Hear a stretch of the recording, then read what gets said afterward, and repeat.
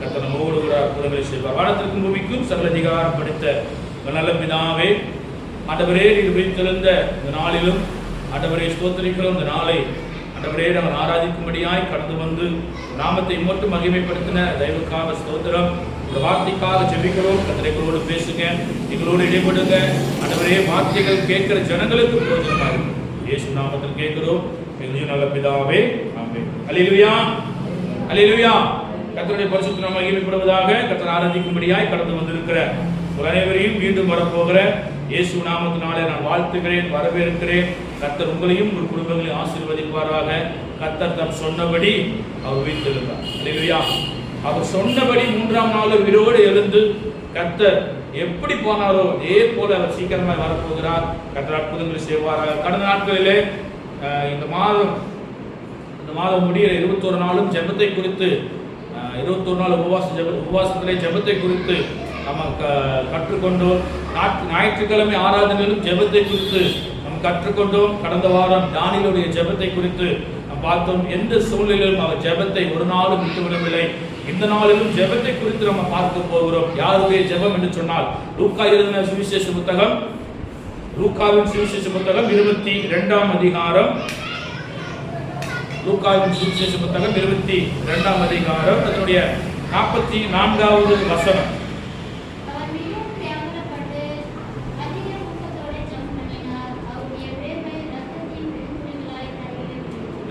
கர்த்தருடைய பரிசுத்த நாமம் மகிமைப்படுவதாக.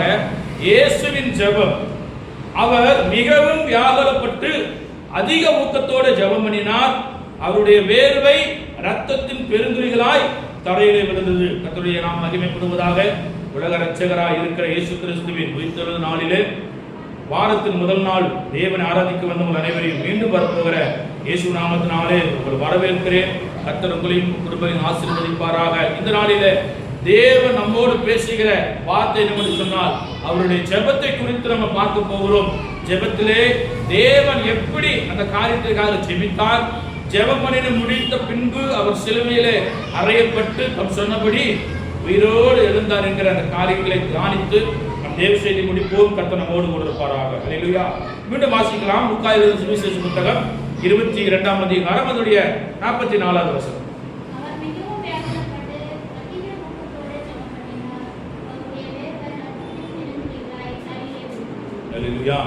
அவர் மிகவும் வியாகுலப்பட்டு அதிக ஊக்கத்தோடு ஜெபம் பண்ணினார். இது எங்க கடைசியாக அவர் ஜெபிக்கிறார் என்று சொன்னால் கெத்செமனே என்கிற இடத்திலே வந்து அவர் சீசரோடு கடந்து வருகிறார். சீசரோடு கடந்து வந்த நேரத்திலே அவர் நீங்கள் சோதனைக்கு உட்படாதபடிக்கு ஜெபம் பண்ணுங்கள் என்று சொல்லி சீசர்களிடத்திலே சொல்லின பின்பு அவர் கல்லெறிகிற தூரம் போய் தன்னை தேவ சமூகத்தில் ஒப்பு கொடுத்து ஜெபிக்கிறார். அல்லேலூயா. இது எப்ப நடக்குது என்று சொன்னால் கெத்செமனே பூங்காவிலே அந்த தோட்டத்திலே நடக்கிற ஜெபம். இதுக்கு பிற்பாடுதான் அவர் கல்வாரி சிலுவைக்கு கொண்டு போக காட்டி கொடுக்கிற அந்த ராத்திரியில. அல்லேலூயா. காட்டி கொடுக்கும்படியாக நினைத்திருக்கிற அந்த ராத்திரியில தான் இங்கே ஒரு அற்புதம் அங்கே காரியம் ஆண்டவர் செய்கிறார். கடைசியாக அவர் ஜெபம் பண்ணுகிறார். எப்படியா? அவர் ஊக்கத்தோடு ஜெபம் பண்ணி கொண்டிருக்கிறார். அல்லேலூயா. ஏன் ஊக்கத்தோடு ஜெபம் பண்ணி கொண்டிருக்கிறார் என்று சொன்னால் உலகத்தின் சகல பாவங்களையும் நான் சுமக்க போகிறேன், பிதாவே என்னை பலப்படுத்துங்க, என்னை தைரியப்படுத்துங்க என்று சொல்லி தேவ சமூகத்தில் பிதாவை நோக்கி அவர் ஜெபம் பண்ணுகிறார். அதிக ஊக்கத்தோடு ஜெபம் பண்ணின போது அவருடைய வேர்வை இரத்தத்தின் பெருந்துளிகளாக தரையிலே விழுந்தது. அல்லேலூயா. அவருடைய வேர்வை எப்படி இருந்துச்சா? இரத்தத்தின் பெருந்துளிகளா. அவ்வளவு வியாகுலம். ஏனென்று சொன்னால் அவருடைய ரத்தம் தரையிலே சிந்தப்பட வேண்டும், பலி செலுத்தப்பட வேண்டும். தம்மை தாமே பலியாக குமாரனாக இயேசு கிறிஸ்து தம்மை தாமே பலியாக ஒப்பு கொடுத்து நம்முடைய பாவங்களுக்காக, நம்முடைய மீறுதலுக்காக, நம்முடைய அக்கிரமங்களுக்காக அவர் கல்வாரி சிலுவையை தெரிந்து கொண்டார் என்று சொன்னால் நாம் எவ்வளவு அதிகமாய் அவரை விசுவாசித்து அவரிடத்தில் அன்பு கூற வேண்டும். அல்லேலூயா. அவர் செய்ய அதிக ஊக்கத்தோடு ஜெபம் பண்றார். அவங்க நடக்கிற சம்பவம் 40வது வசனத்தோட ஒலிவு மலைக்கு போனார். சீசரும் அவரோடு கூட போனார். அவ்விடத்தில் சேர்ந்த போது அவர் அவரை நோக்கி நீங்கள் சோதனைக்கு உட்படாதபடிக்கு ஜெபம் பண்ணுங்கள் என்று சொன்னார். அல்லேலூயா. இயேசுவின் ஜெபத்தை குறித்து நீங்க சுவிசேஷங்களிலே நீங்க வாசிக்கும் போது அவர் என்ன ஒரு அற்புதம் செய்தாலும், என்ன ஒரு நன்மையான காரியங்கள் செய்தாலும் அதுக்கப்புறம் அவன் தனிமையாக போய் ஜெபிக்கிறவரா இருக்கிறார்.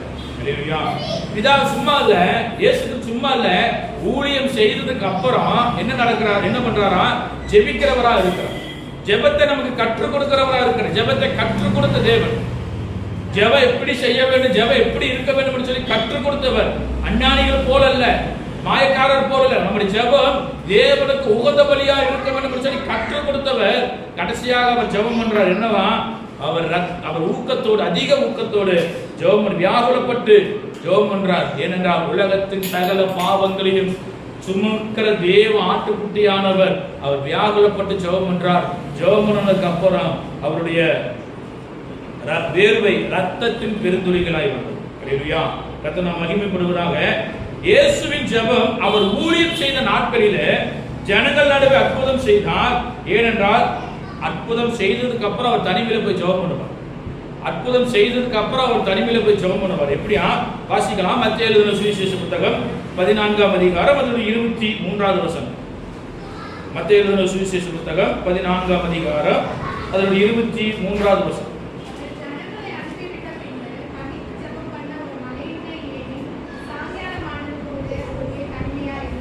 ஹல்லேலூயா. கர்த்தர் நாம் மகிமைப்படுவதாக. அங்க அவர் ஜனங்களை அனுப்பிவிட்ட பின்பு தனித்து ஜெபம் பண்ண ஒரு மலையின் மேல் ஏறி சாயங்காலமான போது அங்கே தனிமையா இருந்தது. ஜனங்களை அனுப்பிவிட்ட பின்பு என்ன நடந்துச்சா? ஜனங்கள் அவருடைய வார்த்தையை கேட்க ஓடி வராங்க. ஓடி வந்த போது அவர்களுக்கு உணவு இல்லை, நேரமாயிருச்சு, சாப்பாடு இல்லை. சாப்பாடு இல்லாம இருக்கும்போது அங்க பந்தி இருக்கு சொல்லி அவர்களுக்கு அப்பம் கொடுக்கிறார். 5 அப்பங்களை 2 மீன் எடுத்து அண்ணா ஆசீர்வதித்து வந்திருக்கிற எல்லா ஜனங்களும் கொடுத்ததுக்கு அப்புறம் மீதி எடுக்கிறார். அற்புதம் செய்தது பின்பாக சீசர்களையும் ஜனங்களையும் அனுப்பிவிட்ட பின்பு இயேசு தனிமையில இருந்து ஜெபம் பண்ணினார். ஹல்லேலூயா. ஜெபம் பண்ணதுக்கு அப்புறம் கடல், அந்த படகு, என்ன சீசருடைய படகு நடுக்கடலிலே சென்று விட்டது. ஹல்லேலூயா.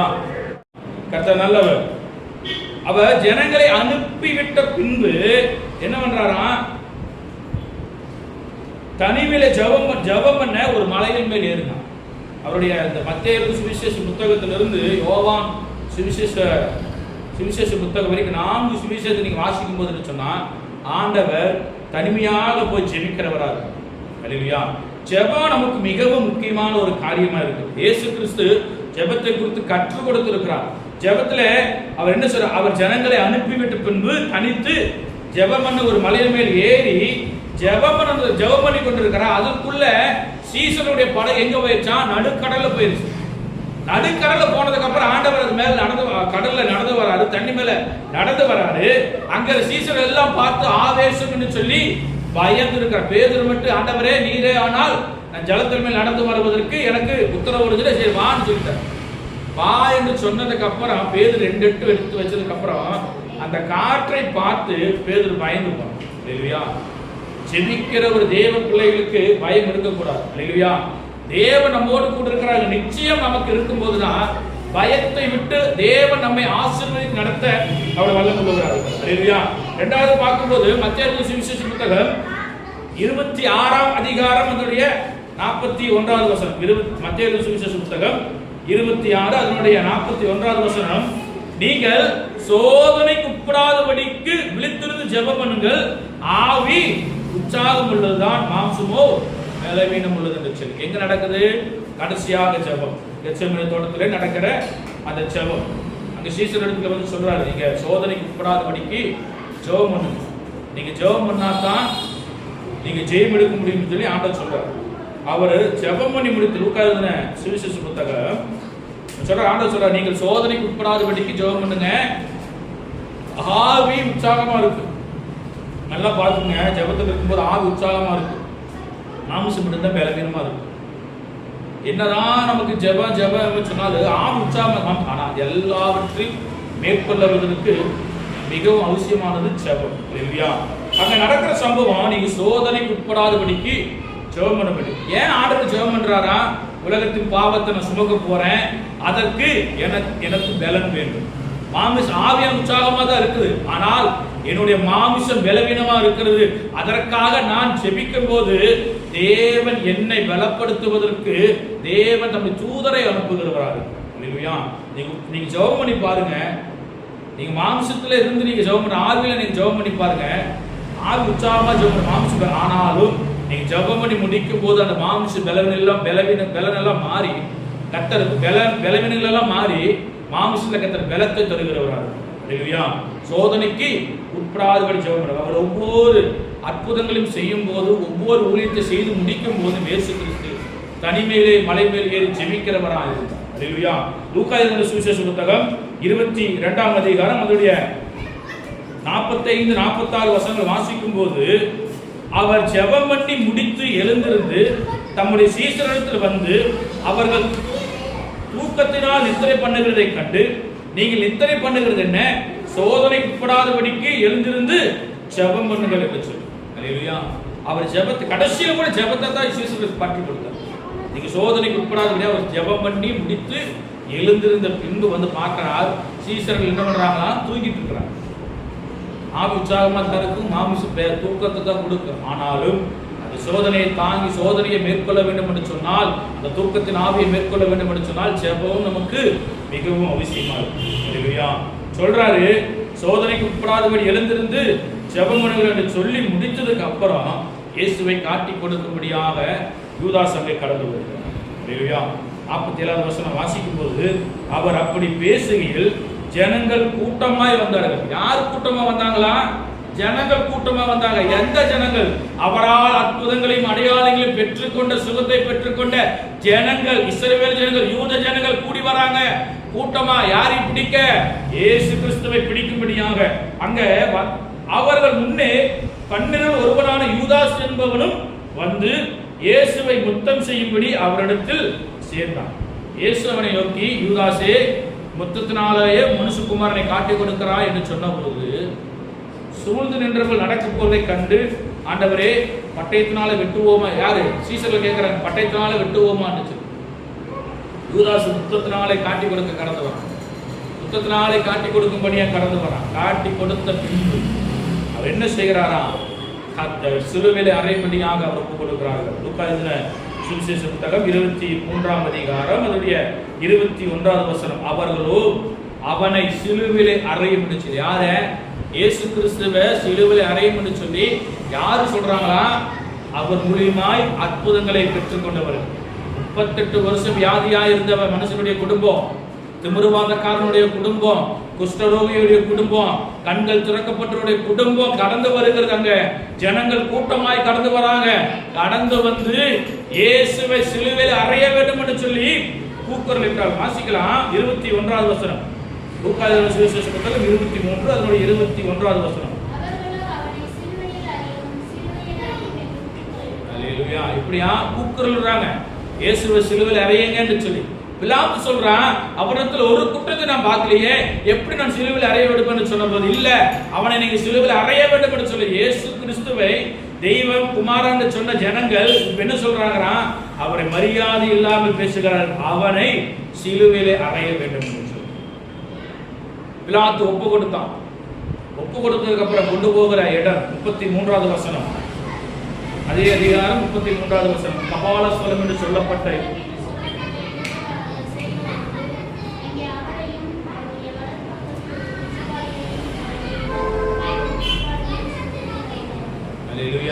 சிலுவிலே அறைந்த பின்பு ஆண்டவர் சொன்ன முதல் வார்த்தை தான், பிதாவே, இவர்களுக்கு மன்னியும் என்று சொன்னார். ஏன் ஆண்டவர் சொல்றாரு? அவர்கள் செய்கிறது தெரியாது. என்ன தெரியாது?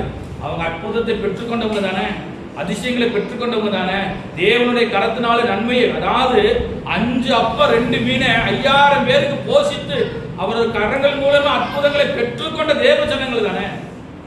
சொல்றாரு, அவரை பார்த்து பிதாவே மன்னியும் என்று சொன்னதுக்கு அப்புறம் நடக்கிற சம்பவம் 45-46 வசனம் வாசிக்கும் போது, சூரியன் இருளடைந்து தேவாலயத்தின் திரைச்சீலை நடுவில் 2ஆக கிழிந்தது.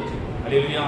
சிலுவையிலே அறையப்பட்ட இயேசு கிறிஸ்து தொங்கிக் கொண்டிருக்கிற நேரத்தில் சூரியன் இருள் அடைந்தது. இடமே இருளாயிரம். உலகத்தின் பாவங்களை சுமந்து தீர்க்கிற இயேசு கிறிஸ்து சிலுவையிலே அடிக்கப்பட்டு இருந்த போது சூரியன் இருளடைந்தது. பாவம் அவ்வளவு கொடுமையாக இருளான பாவம் அவர் மேலே வந்தது. அவர் ரத்தம் சிந்தப்பட்டது. நடக்கிறது என்னவா? 46வது வசனம்,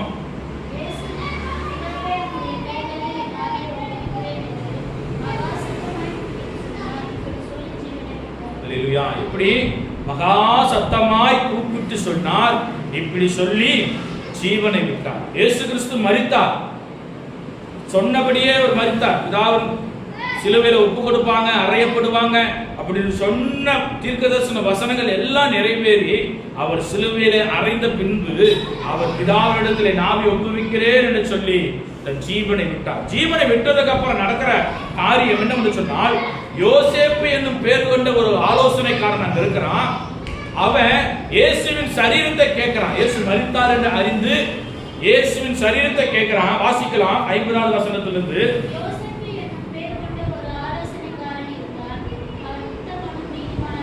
அவன் எப்படிப்பட்டவனா இருக்கிறான்? உத்தமனும் நீதிமானுமா இருக்கிறான். அவன் யூதருடைய பட்டணங்களில் என்றாகிய அரிமத்தியாவிலிருந்து வந்தவனும் தேவனுடைய ராஜ்யத்துக்கு காத்திருந்தவனும் யூதருடைய ஆலோசனைக்கு செய்கைக்கும் சம்மதியாதவனுமா இருந்தான். யூதர்களுக்குள்ள சிவஜனங்களுக்குள்ள இப்படி ஒரு ஆலோசனைக்காரர் இருக்கிறான். யோசேப்பு என்னும் பேர் கொண்ட ஒரு மனுஷன் இருக்கிறான். அவன் யூதருடைய பட்டணங்கள் ஒன்றாக அரிமத்தியாவிலிருந்து வந்தவன். அவன் எப்படிப்பட்டவனா? தேவனுடைய ராஜ்யத்துக்கு காத்திருந்தவன். அவங்க எல்லாருக்கும் ஒரு நினைப்பு, ஒரு ராஜாவா இயேசு கிறிஸ்து வருவார், ஒரு ராஜாவாக வந்து யுத்தம் பண்ணி எங்களை மீட்டெடுப்பாங்கிற ஒரு எண்ணம் தான் அவங்களுக்கு இருந்துச்சு. ஆனால் அவர் அப்படி அல்ல. உலகத்தின் சகல பாவங்களையும் தீர்க்கிற ஆட்டுக்குட்டியாக அவர் உலகத்துக்கு கடந்தவர். அல்லேலூயா. மனுஷரூபமாக மனிதனாக அவர் ரூபம் எடுத்தார். சரி, மனிதனாக அவர் ரூபம் எடுத்தார், மனுஷ ரூபம் எடுத்தார். அவர் மனிதனாக வாழ்ந்து தெய்வகுமாரனாக இருந்து 3 வருடம் ஊழியம் செய்து ஆண்டவர் சொன்னபடி சிலுவையில் தம்முடைய ஜீவனை கொடுத்தார். ஜீவனை கொடுத்ததுக்கு அப்புறம் ஆலோசனைக்காரன் யோசேப்பு அவர் சரீரத்தை பெற்றுக்கொண்டு பிலாத்தினிடத்தில் போய் இயேசுவின் சரீரத்தை கேட்டு அதை இறக்கி மெல்லிய துப்பிட்டியிலே சுற்றி கண்மலையில் வெட்டப்பட்டதுமாய் ஒரு காலும் ஒருவனும் வைக்கப்படாதுமா இருந்த ஒரு புது கல்லறையில வைக்கிறார். கண்மலையில் வெட்டப்பட்டிருக்கிற கல்லறை, அந்த கல்லறையில ஒருவனும் ஒரு காலும் வைக்கப்படாத ஒரு புதிய கல்லறையில இயேசு கிறிஸ்துவினுடைய சரீரம் அங்கே அடக்கம் பண்ணப்படுகிறது. அடக்கம் பண்ணப்பட்டதுக்கு அப்புறம் அவர் நடக்கிற காரியம்,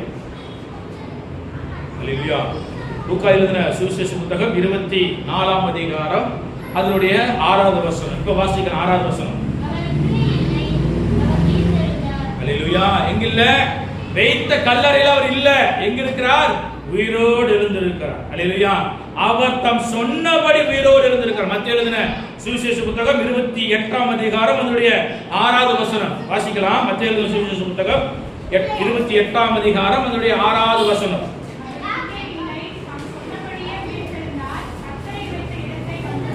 அல்லேலூயா. அவர் இங்கே இல்லை, தாம் சொன்னபடி அவர் உயிர்த்தெழுந்தார். அல்லேலூயா.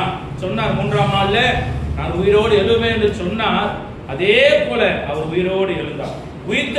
உயிர்த்தெழுந்த பின்பு முதல்ல யாருக்கு தரிசனமானாங்கன்னு சொன்னா, மத்தேயு எழுதின சுவிசேஷ புத்தகம் 28ஆம் அதிகாரம் அதனுடைய 9வது வசனம்.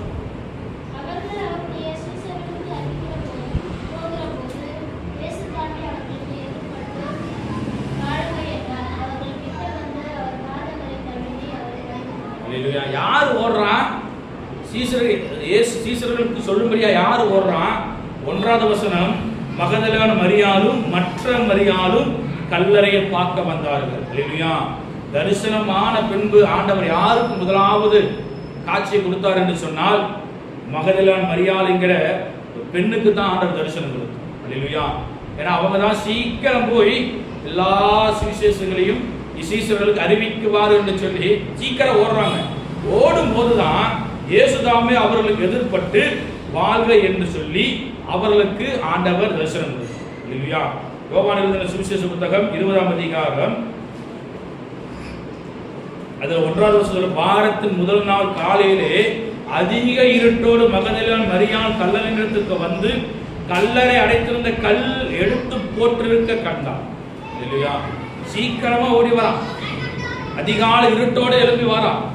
மகதலேனா மரியாள் ஓடி வரா. ஓடி வந்து உடனே அவள் ஓடி சீமோன் பேதுருவிடத்துல இயேசு அன்பாயிருந்த சீசனிடத்தில் சொல்றான், கர்த்தரை கல்லறையிலிருந்து எடுத்துக்கொண்டு போய்விட்டார்கள், அவர் வைத்த இடம் எங்களுக்கு தெரியவில்லை. தெளிவான கல்லறை தான். கல்லறை வைத்து அது கல்லால் சங்கிலி போட்டு முத்திரை விட்டு பூட்டெல்லாம் பூட்டி கல்லறை திறக்கக்கூடாதுன்னு சொல்லி அங்க இருக்கிற ஆசாரியர்கள் கல்லறைக்கு முத்திரை போட்டார்கள். முத்திரை போட்ட போது அதிகாலையிலே அவர் தம் சொன்னபடி உயிர்த்தெழுந்த நாளிலே உயிரோடு எழுப்ப வேண்டும். கல்லறைகள் திறக்கப்பட்டது. அல்லேலூயா. சங்கிலிகள் உடைக்கப்பட்டது. தேவ தூதன் இறங்கின போது அங்க இடம் அசைந்தது. கல்லறையில தேவன் உயிரோடு எழும்பும் போது அந்த கல்லறை அதாக திறந்தது. அல்லேலூயா. மரியா சீக்கிரம் போறான். அதிக இருட்டோடு போறான். இயேசுவை பார்க்கணுங்கிற எண்ணத்தோடு அவ போறான். போகும்போது அங்க கல் எடுத்து போட்டு இருக்கிற அவர் வைத்து இடத்த காணும்னு சொல்லி பேதுருவிடத்துல சீசரிடத்தில் சொல்றான். இது எல்லாத்தையும் பார்த்து கொண்டிருக்கிற சீசர்கள் எல்லாம் கேட்டுக்கொண்டிருக்காங்க. அங்க நடக்கிற சம்பவத்தை என்னன்னு பார்க்கும்போது 11வது வசனத்துல மரியாள் கல்லறையின் அருகே வெளியே நின்று அழுது கொண்டிருந்தால், அப்படி அழுது கொண்டு இருக்கையில் அவள் குனிந்து கல்லறைக்குள்ளே பார்த்தாள். மரியாள் போகல, சீசர்கள் எல்லாம் போயிட்டாங்க. மரியாளோ அங்க நின்று அழுது கொண்டிருக்கான். ஏன்னா தம்முடைய சகோதரன் லாசரு உயிரோடு இருந்தார், உயிரோடு இருக்கிறவர் இல்ல, அங்க நின்று அழுது கொண்டிருக்கிறான். அழுது கொண்டிருக்கிறவ என்ன பண்றான், குனிந்து கல்லறையில பார்க்கறான்.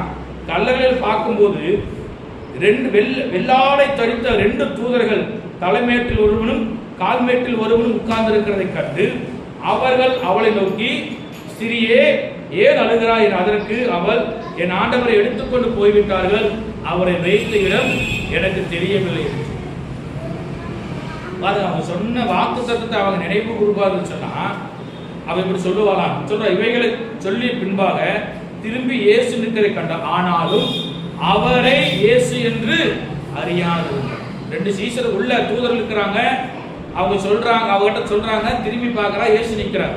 ஆனா இயேசு என்று சொல்லி மரியாளுக்கு அறியவில்லை. ஏனென்று சொன்னால் அவர் உயிர்த்தெழுந்த பின்பு பரிசுத்தம் உள்ளவராக, உலகத்தின் பாவத்தை சுமந்து தீர்த்த தேவ ஆட்டுக்குட்டியான இயேசு கிறிஸ்து கல்லறையிலே மரித்த போது அவர் உலகத்தின் பாவங்கள் அவருக்குள்ள, உலகத்தின் சகல பாவங்களும் அவர் ஏற்றுக்கொண்டார்.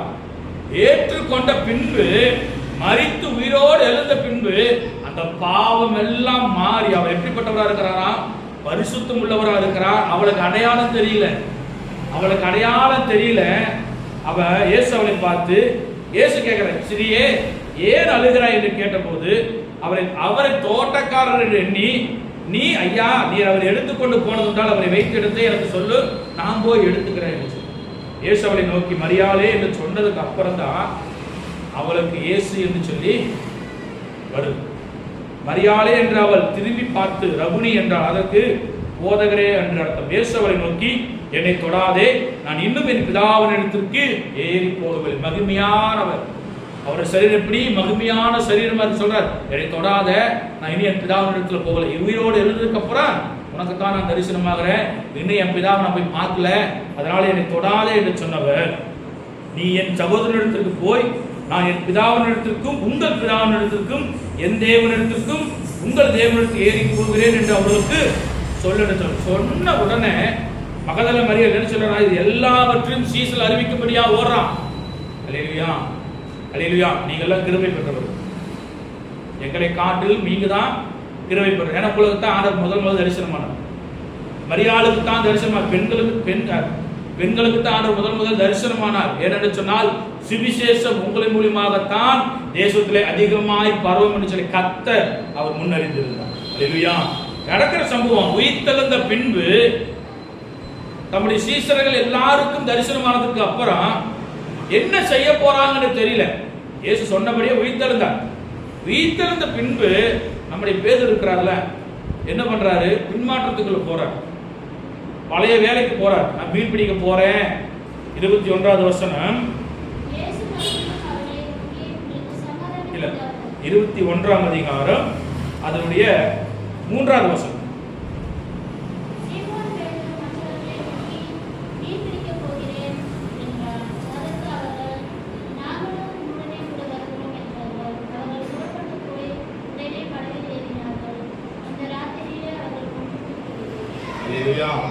உயிர்த்தெழுந்த பின்பு இயேசு சீசர்களுக்கு எல்லாம் தரிசனமானாரு. தரிசனமானதுக்கு அப்புறமும் பேதுரு பின்மாற்றத்துக்குள்ள போறார். எப்படியா? இவைகளுக்கு பின்பு இயேசு திபேரியா கடற்கரை மறுபடியும் சீசருக்கு தம்மை வெளிப்படுத்தினார். வெளிப்படுத்தின விவரமாவது சீமோன் பேதுருவும் திதுமு எனப்பட்ட தோமாவும் கலிலேயா நாட்டிலுள்ள கானானூரானாகிய நாத்தான் வேறும் செபதேயின் குமாரரும் அவருடைய சீசரும் வேறு 2 பேரும் கூடியிருக்கும் போது சீமோன் பேதுரு என்ன சொல்றாரு? நான் மீன் பிடிக்க போறேன் ஆண்டவர் சொல்லிட்டு போறேன். அது வரைக்கும் என்ன பண்றது? வேலை இல்லையே, நான் மீன் பிடிக்க போறேன் என்று சொன்னபோது பேதுரு மாத்திரம் இல்ல, எல்லா சீசர்களும் பின்மாற்றத்துக்கு போறான். இல்லையா? உயிர்த்தெழுந்த பின்பு பின்மாற்றத்தில் இருந்த பேதுருவை ஆண்டவர் தம்முடைய ஊழியத்துக்கு மீண்டும் அழைக்கிறார். பேதுரு மேல் வைத்திருக்கிற தேவ திட்டத்தை அவர் மீண்டும் உறுதிப்படுத்தும்படியாக அழைக்கிறார். எப்படியா? 4வது வசனம் 6வது வசனம் வாசிக்கும் போது, விடிய காலமான போது இயேசு கரையிலே நின்றார். அவரை இயேசு என்று சீசர்கள் அறியாதிருந்தார்கள். உயிர்த்தெழுந்த பின்பு இயேசுவை பார்த்த சீசர்களுக்கு அடையாளமே தெரியல. ஏன்னா பின்மாற்றத்தில் இருக்கிறாங்கல்ல, அவங்களுக்கு மனக்கண்கள் மூடி இருக்குதுல்ல, இருதயம் மூடப்பட்டிருக்குல்ல, கண்கள் திறக்கப்படல. இயேசு என்று அறியாமல் நின்ற போது இயேசு அவரை நோக்கி, பிள்ளைகளே, புசிக்கிறதுக்கு ஏதாவது உங்களுக்கு உண்டா என்று கேட்டார். அதற்கு ஒன்றும் இல்லை என்று சொல்லி அப்புறம் சொல்றாரு, நீங்கள் படகுக்கு வலது புறமாக வலைய போடுங்கள், அப்பொழுது உங்களுக்கு அகப்படும் என்றார். அப்படியே அவர்கள் போட்டு திரளான மீன்கள் அகப்பட்டதினால் அது இழுக்க மாட்டாதிருங்கள். இதை சொன்னதுக்கு அப்புறம் முதலாவது ஒருவருடைய கண் திறக்கப்படுகிறது. யாரு? இயேசுவுக்கு அன்பாயிருந்த சீசன் யோவானுக்கு கண்கள் திறக்கப்படுகிறது. சொல்றான் பேதுருவை பார்த்து, அவர் கர்த்தர் என்றான். அல்லேலூயா, அல்லேலூயா. பின்மாற்றத்துக்குள்ள போவோம் என்று சொன்னால் நம்முடைய மனக்கண்கள், நம்முடைய இருதயம் பிசாசினாலே மூடப்பட்டிருக்கும். தேவன் யார் என்று சொல்லி நம்ம அறியாமல் போகிற சூழ்நிலை நமக்கு வரும். பின்மாற்றம் ஒரு மிக மிக அது கொடுமையான காரியம். அல்லேலூயா. உயிர்த்தெழுந்த பின்பு பின்மாற்றத்தில் போன பேதுரு ஆண்டவர் தேடி வந்தார். தேடி வந்து தன்னுடைய வாக்கு தத்தங்களை மீண்டும் உறுதிப்படுத்தினார். அவர் என்ன நடக்கிற சம்பவம்? பேதுரு கர்த்தர் என்ற உடனே சீமோன் பேதுரு கேட்டவுடனே தான் வஸ்திரம் இல்லாதவனா இருந்தபடினால் தன் மேல் சட்டையை கட்டிக்கொண்டு கடலிலே குதித்தான். அல்லேலூயா. பின்மாற்றத்துக்கு போனா ரட்சிப்புங்கிற வஸ்திரம் அவனை விட்டு எடுபட்டு போச்சு. அவன் வஸ்திரம் இல்லாத, ஆண்டவருக்கு முன்னாடி வஸ்திரம் இல்லாம இப்படி எப்படி அப்படின்னு சொல்லி தன்னுடைய மேல் சட்டையை எடுத்து கட்டி கொண்டு கீழ் கடலை குதிச்சுட்டான். பின்மாற்றத்துக்குள்ள போவோம் என்று சொன்னால் ரட்சிப்பு என்கிற வஸ்திரம் நம்மை விட்டு எடுபட்டு போகும். அல்லேலூயா. நம்மை விட்டு போகும். ரட்சிப்பு என்கிற வஸ்திரம் நம்மை விட்டு போகும். அதான் பின்மாற்றத்துக்கு போனா தேவன் ஒரு பெரிய பின்மாற்றத்துக்குள்ள போகும்போது பின்மாற்றம் வந்து நமக்கு அது மிகவும் கொடுமையான காரியம். அல்லேலூயா. பின்மாற்றம் இருக்கும் என்று சொன்னால் நம்ம ரட்சிப்பின் வஸ்திரம் நம்மை விட்டு எடுத்து போடும். இங்க பேதுருக்கு அப்படித்தான் இருக்கு. பேதுருக்கு ரட்சிப்பின் வஸ்திரம் எடுத்து போட்டதான் சொல்றோம். நான் வஸ்திரம் இல்லாதவனா இருந்தபடியால் மேல் சட்டையை கட்டிக்கொண்டு கடலில் குதித்தான் என்று சொல்றோம். குதித்த போது ஆண்டவர் சொல்லுகிறார், 15வது வசனத்திலிருந்து நம்ம வாசிக்கும் போது பேதுருவை பார்த்து 3 முறை கேட்கிறார், என்னை நேசிக்கிறாயா என்று சொல்லி. இல்லையா? 3 முறை கேட்டபோது அவர் சொல்றார், ஆட்டுக்குட்டிகளை மேய்ப்பாயாக. கடைசியாக சொல்லுகிறார், ஆடுகளை மேய்ப்பாயாக. அல்லேலூயா, அல்லேலூயா. இந்த காலை வேளையில உயிர்த்தெழுந்த பின்பு தம்முடைய சீசர்களுக்கு ஆண்டவர் வெளிப்படுத்தினார். பின்மாற்றத்தில் போன பேதுருவையும் சீசர்களையும் ஆண்டவர் மீண்டும் அழைத்து கொண்டு வந்தார். அழைத்து கொண்டு வந்தவர் மாத்திரமல்ல, அவர் தம்முடைய ஊழியத்தை மீண்டும் அவர் உறுதிப்படுத்தினார். உறுதிப்படுத்தின பின்பு எல்லாம் முடிந்ததுக்கு அப்புறம் கடைசியாக அவர் செய்த காரியம் அப்போஸ்தலர் நடவடிக்கைகள் 1ஆம் அதிகாரம் அதனுடைய 9 வாசிக்கலாம்.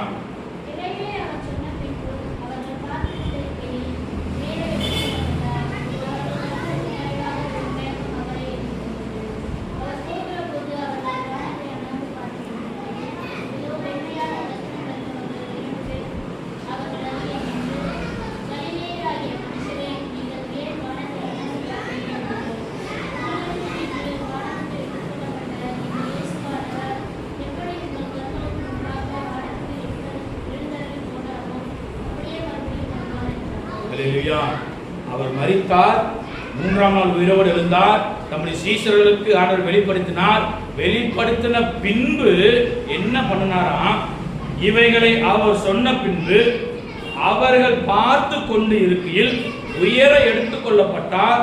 அவர் கண்கள் மறைவாக ஒரு மேகம் அவரை எடுத்துக்கொண்டது. அப்போ 2 தூதர்கள் என்று சொல்றாங்க, கலிலேயாகிய மனுஷரே, நீங்கள் ஏன் வானத்தை அண்ணாந்து பார்த்து நிற்கிறீர்கள்? உங்களிடத்திலிருந்து வானத்திற்கு எடுத்துக் கொள்ளப்பட்ட இந்த இயேசுவானவர் எப்படி உங்கள் கண்களுக்கு முன்பாக வானத்துக்கு எழுந்தருளி போனாரோ அப்படியே மறுபடியும் அவர் திரும்ப வருவார். அல்லேலூயா, அல்லேலூயா. அவர் சீக்கிரம் வரப்போகிறார். எப்படி வரப்போகிறார்? பிரதான தூதரோடு எக்கால சத்தம் துணிக்கும் போது அவர் ராஜாதி ராஜாவாக பூமியை நாய்ந்திருக்கும்படியாக அவர் சீக்கிரமாய் வரப்போகிறார். அல்லேலூயா. மரித்தார், மூன்றாம் நாள் உயிரோடு எழுந்தார். பின்மாற்றத்திலிருந்து நம்முடைய சீஷர்களை அவர் மீண்டும் தன் ஊழியத்திற்கு என்று மீண்டும் அவர் உறுதிப்படுத்தினார். அவர் பரிசுத்த ஆவியின் அபிஷேகத்தை பெற்றுக் கொள்ளும்படியாக அவர் வாக்குத்தத்தம் கொடுத்தார். வாக்குத்தத்தம் கொடுத்த பின்பு அவர் சொன்னது, நீங்கள் பூமியின் கடைசி பரியந்தம் எனக்கு சாட்சியாக இருப்பீர்கள் சொன்னதுக்கு அப்புறம் வானத்தில் அவர் எடுத்துக்கொள்ளப்படும் போது தூதர்கள் சொல்றாங்க, அவர் எப்படி போனாரோ அப்படியே திரும்பி வருவார் என்று சொல்லி வாசிக்கலாம். கடைசியாக வெளிப்படுத்தும் புஸ்தகம்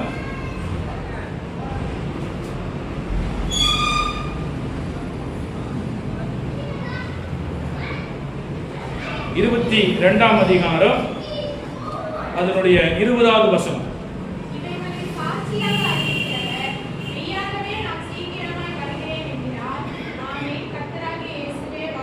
அல்லேலூயா. இதுதாங்க நமக்கு கொடுத்திருக்கிற நிச்சயம்.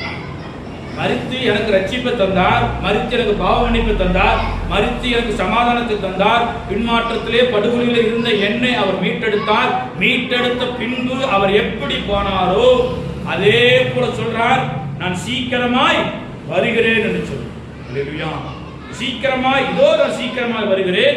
அவனுடைய கிரியின்படி அவனுக்கு நான் அளிக்கும் பலன் என்னோடு கூட வருகிறது. 12வது வசனத்தில் சொல்லப்பட்டிருக்கிறது, இதோ நான் சீக்கிரமாய் வருகிறேன், அவனுடைய கிரியின்படி அவனுக்கு நான் அளிக்கும் பலன் என்னோடு கூட வருகிறது. பூமியிலே நாம் இருக்கிற வரைக்கும் ஆண்டவர் என்ன செய்ய சொன்னாரோ அதை நாம் செய்யும் போது நமக்கு பலன் அவர் கொண்டு வருவார். அல்லேலூயா. பவுல் சொல்றாரு, நான் நல்ல போராட்டத்தை போராடினேன், ஓட்டத்தை முடித்தேன், இன்று முதல் நீதியின் கிரீடம் எனக்கு வைக்கப்பட்டிருக்கு. அவர் வரும்போது நான் பெற்றுக்கொள்வேன், அவர் வரும்போது நான் பெற்றுக்கொள்வேன் என்ற நீதியின் கிரீடம் ஆண்டவர் நமக்கு தந்தார். அல்லேலூயா. கர்த்தர் நல்லவர். இந்த காலை வேளையில தேவ சமூகத்தில் தாழ்த்தி ஒப்பு கொடுப்போம். இந்த உயிர்த்தெழுந்த நாளிலும் உயிர்த்தெழுந்த இந்த ஆராதனையிலும் கர்த்தருடைய மகிமை உங்களோடு கொடுப்பதாக. நாம் செய்ய வேண்டிய ஒரே ஒரு காரியம், ரட்சிக்கப்பட்டிருக்கிற நாம் இந்த உயிர்த்தெழுந்த நற்செய்தியை ஜனங்களுக்கு நாம் அறிவிக்க வேண்டும். ஜனங்களுக்கு நாம் அறிவிக்கும் போது ஆண்டவர் உயிர்த்தெழுந்தவர், அவர் உயிரோடு இருக்கிறார் என்கிற விசுவாசம் ஜனங்களுக்கு வரும். கர்த்தர் உங்களை ஆசீர்வதிப்பார். கண்களை மூடி தேவ சமூகத்தில் செபிப்போம். உயிர்த்தெழுந்த நாளில் ஒரு தீர்மானத்தோடு கடந்து போகும். நான் எப்படி இந்த ரட்சிப்பை பெற்றுக்கொண்டவனே அதே போல குறைந்தது ஒரு 50 பேருக்காவது நான் சுவிசேஷத்தை அறிவிக்க வேண்டும் ஒரு தீர்மானத்தோடு கடந்து போவோம். கர்த்தர் நம்மை ஆசீர்வதிப்பார். நாம் வைத்திருக்கிற இடத்துல, நம் குடியிருக்கிற வீட்டை சுற்றி இருக்கிற பிள்ளைகளுக்கு, குடும்பங்களுக்கு இயேசுவின் சுவிசேஷத்தை சொல்லுவோம். அது ஒரு தீர்மானத்தை எடுப்பது. உயிர்த்தெழுந்த நாளில் ஒரு தீர்மானத்தோடு கடந்து போவோம். கர்த்தர் உங்களையும் குடும்பங்களை ஆசீர்வதிப்பாராக. வானத்திற்கும் பூமிக்கும் சகல அதிகாரம் படைத்த நல்ல பிதாவே, உம்மை ஸ்தோத்திரிக்கிறோம் ஆண்டவரே. உயிர்த்தெழுந்த நாளிலும் ஆண்டவரே உம்முடைய ஜெபத்தை குறித்தும் உயிர்த்தெழுந்த பின்பு நடந்த தகப்பனே அற்புதத்தை குறித்தும் நாங்கள் தியானித்திருக்கிறோம். கேட்ட ஒவ்வொரு வார்த்தைகளும் பிள்ளைகளுக்கு பிரயோஜனமாக இருக்கட்டும். கர்த்தர் அற்புதம் செய்யுங்க. நாளில் ஆராதனை கலந்து கொண்ட ஒவ்வொரு தேவ பிள்ளைகளும் ஆசீர்வதிங்க, பலப்படுத்துங்க, பாதுகாத்துக் கொள்ளும்படியாக நாங்கள் செபிக்கிறோம் ஆண்டவரே. உம்முடைய கருத்தில் ஒப்புக் கொடுக்கிறோம். இயேசு நாமத்தில் கேட்கிறோம் எங்கள் நல்ல பிதாவே, ஆமென். நாத்துமாவே கர்த்தரை ஸ்தோத்திரி, என் முழுவதுமே அவருடைய பரிசுத்த நாமத்தை ஸ்தோத்திரி. நாத்துமாவே கர்த்தரை ஸ்தோத்திரி, கர்த்தர் செய்த சகல உபகாரங்கள் மறவாதே. ஆமென். நம்முடைய கர்த்தராகிய இயேசு கிறிஸ்துவின் கிருபையும் பிதாவாகிய தேவனுடைய அன்பும் பரிசுத்த ஆவியானவரோடு அனுசரிக்கும் என்றும் சதா காலங்களிலும் நம் அனைவரோடும் கூறப்பதாக. ஆமென். அல்லேலூயா, அல்லேலூயா, அல்லேலூயா. கர்த்தர் உங்களையும் குடும்பங்களை ஆசீர்வதிப்பாராக. பெரிய காரியங்களை செய்வார். உயிர்த்தெழுந்த பின்பு ஆண்டவர் நமக்கு சமாதானத்தையும் ரட்சிப்பையும் வாக்குத்தத்தங்கள் உறுதிப்படுத்தியிருக்கிறார். விசுவாசத்தோடு கடந்து போக கர்த்தர் உங்களை ஆசீர்வதிப்பாராக.